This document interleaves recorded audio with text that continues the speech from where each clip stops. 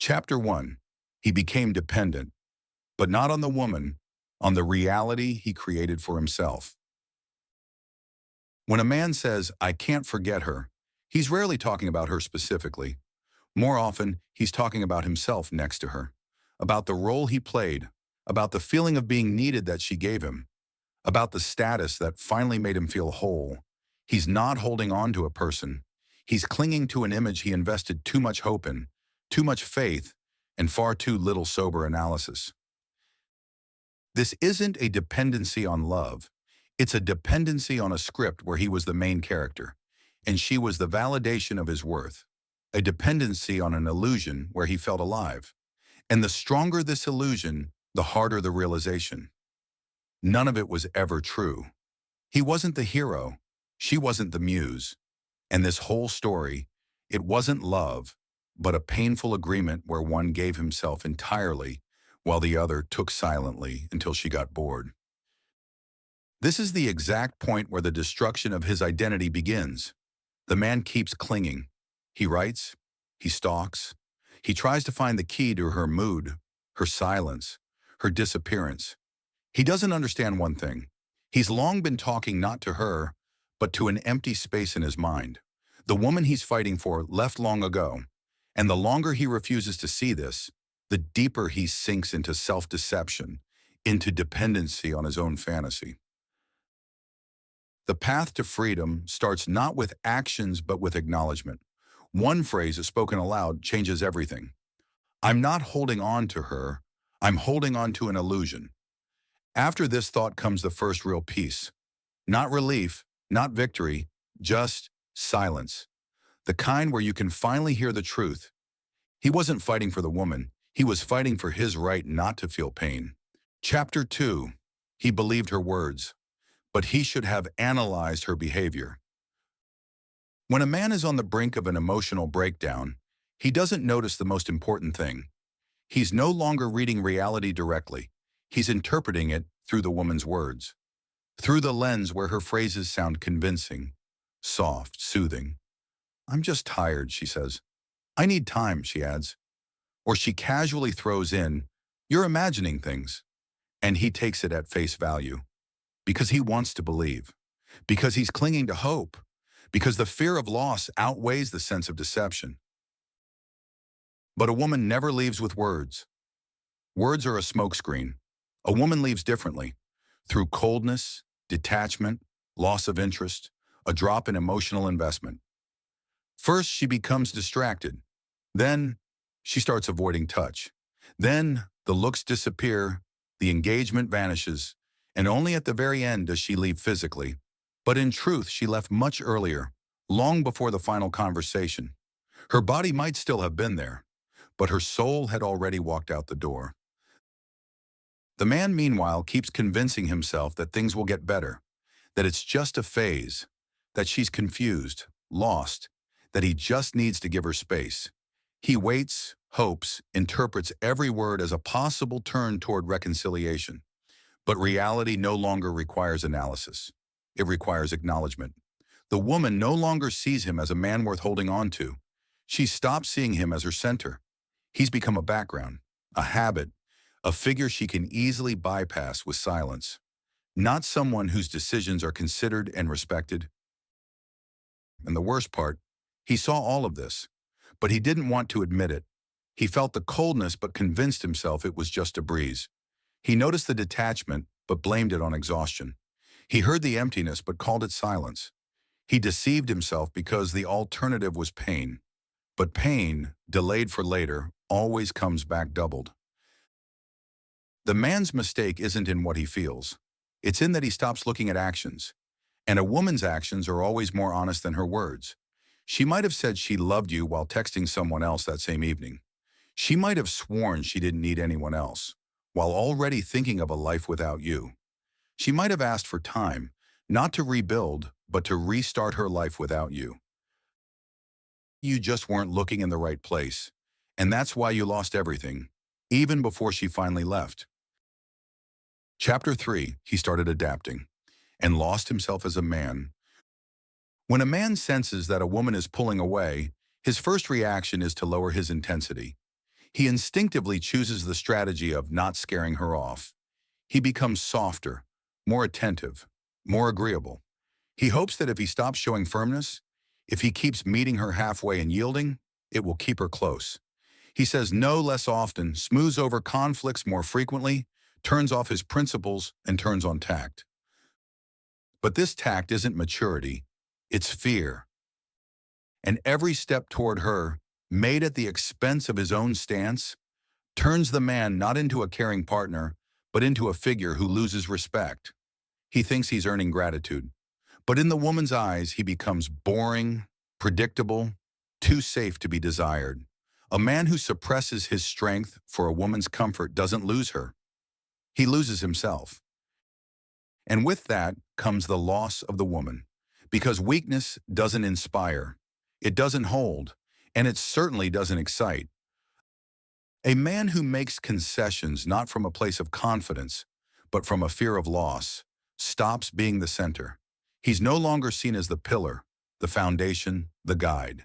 He turns into a background element, quiet, convenient, obedient. And it's at this moment that the woman starts feeling like she's alone in the relationship. Her emotions no longer meet a solid response. Her protests get no reply. Her inner outbursts are simply swallowed, and that's when respect disappears. And without respect, there can be no love. A truly masculine stance isn't about pleasing. It's about dignity, not endless compromises, but boundaries. You can be kind but not weak, understanding but not pliable, deep but not controlled. A woman has the right to her emotions, but if during her storm you start drowning with her, she no longer knows who she's dealing with. And if there's no anchor beside her, she has no reason to stay. A woman doesn't leave because of roughness.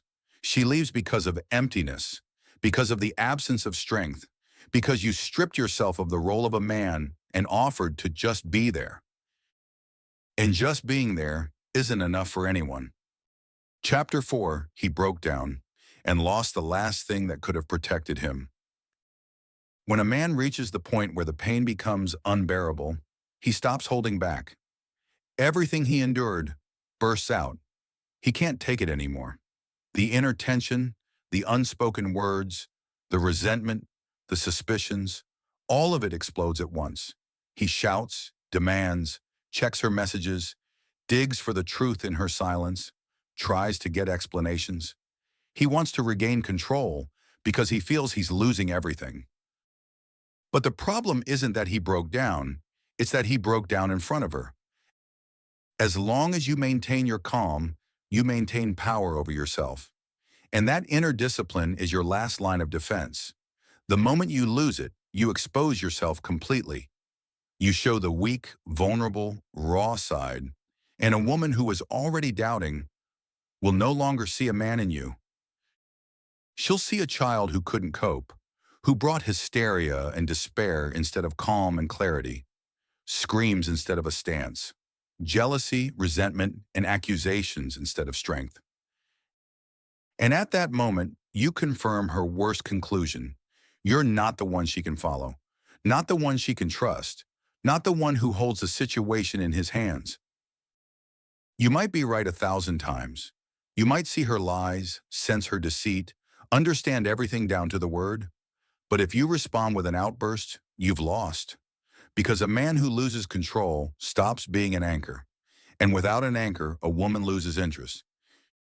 She might manipulate, she might provoke, she might hurt, but she's powerless against someone who doesn't react, who doesn't stoop to the mess, who stays composed even when the whole world is crumbling.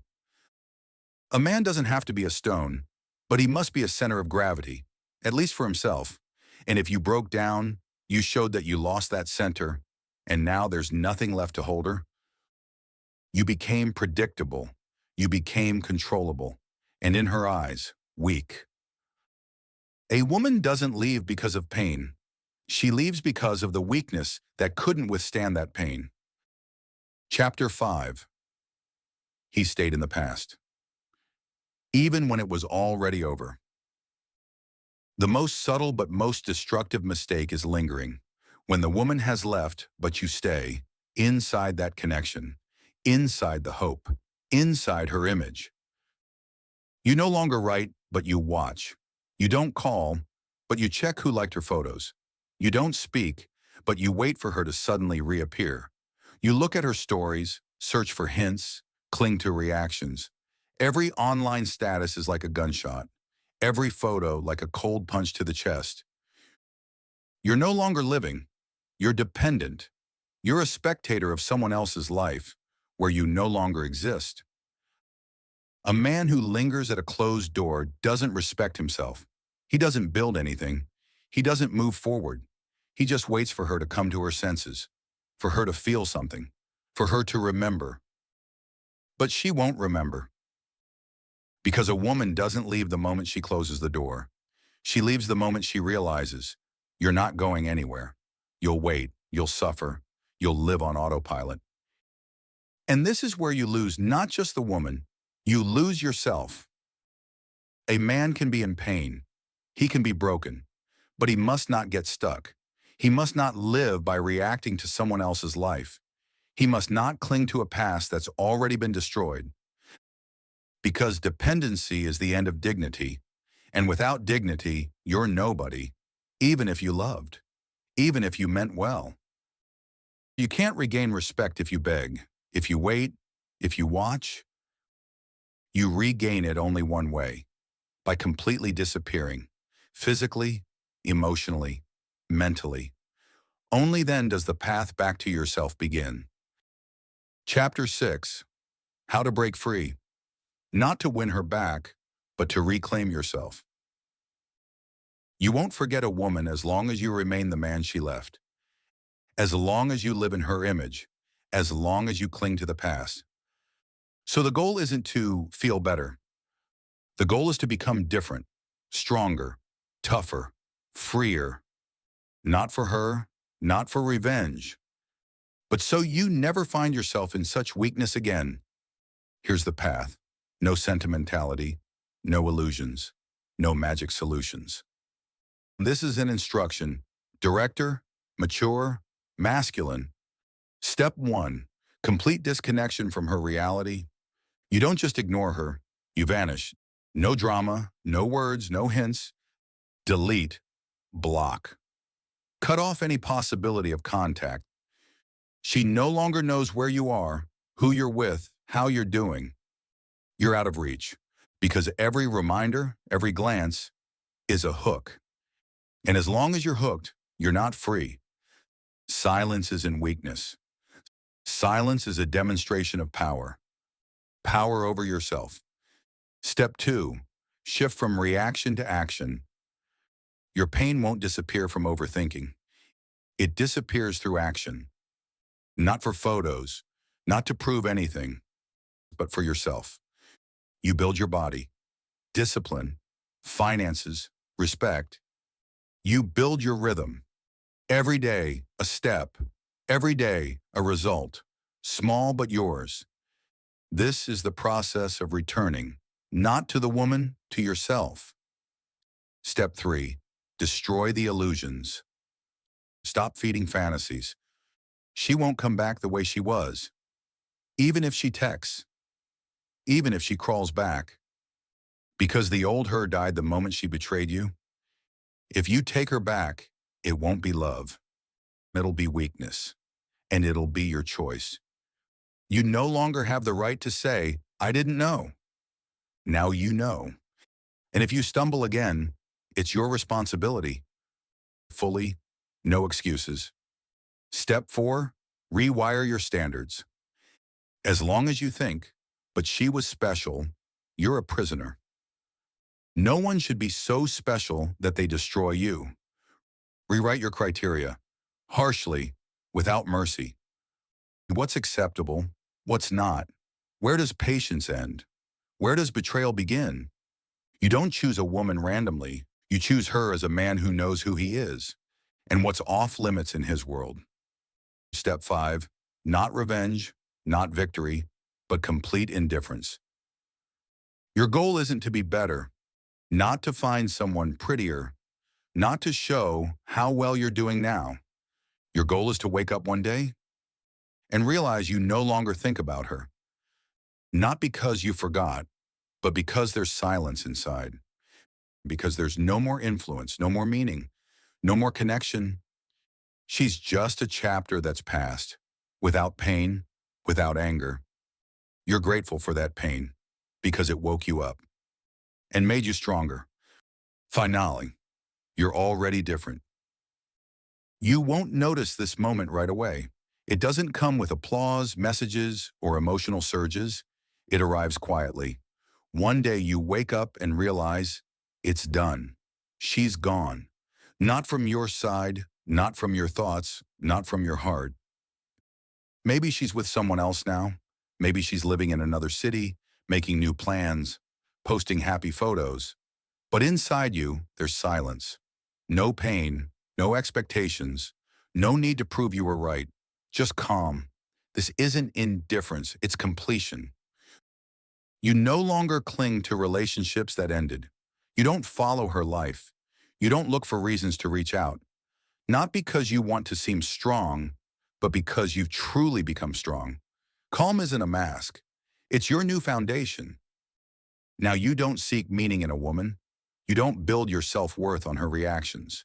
You don't prove your value. You have your own path. You stand on your own 2 feet. You choose who can walk beside you and who can't.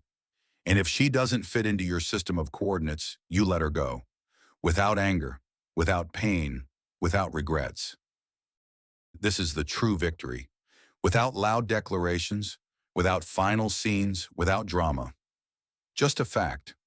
You've become a man who can't be broken by the same pain anymore.